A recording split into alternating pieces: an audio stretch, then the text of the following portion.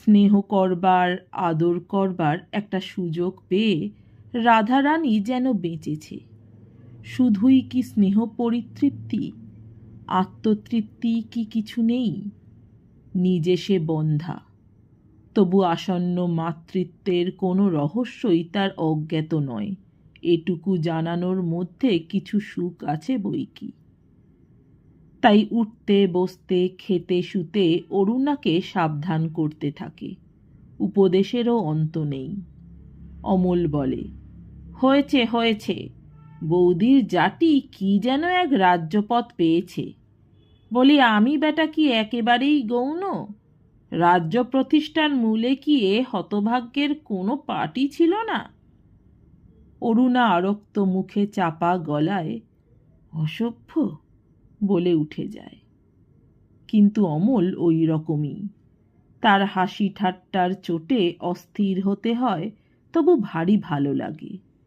ও যে রাধারানীর সত্যি কেউ নয়, এ কথা এখন নিজেই আর বিশ্বাস করতে পারে না রাধারানী। তার না ছিল ছোট ভাই, না আছে দেওর, ছেলেপুলেও হয়নি।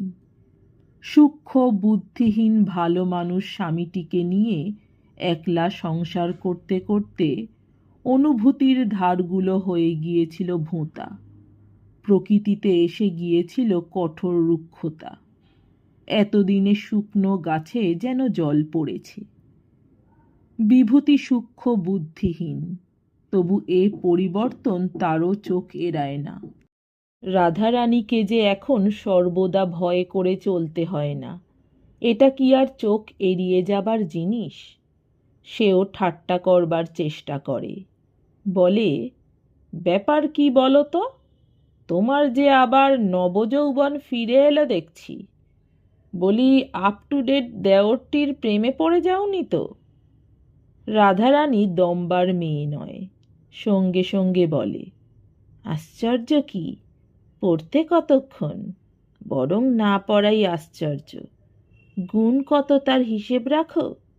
তুমি পারো হপ্তায় হপ্তায় বায়োস্কোপ দেখাতে, বাজারে যা নেই তাই জোগাড় করতে, ব্ল্যাক মার্কেটের চিনি এনে দিতে, 11 হাত মিলের শাড়ি খুঁজে বার করতে? থাক থাক, আর শুনিও না। ওর কিছুই আমি পারি না স্বীকার করছি, কিন্তু একটা জিনিস যা অমল পারেনি আমি পারি। কি? এই বাড়ি জোগাড় করতে? ইহ, সে যাই আমি দিলাম তাই,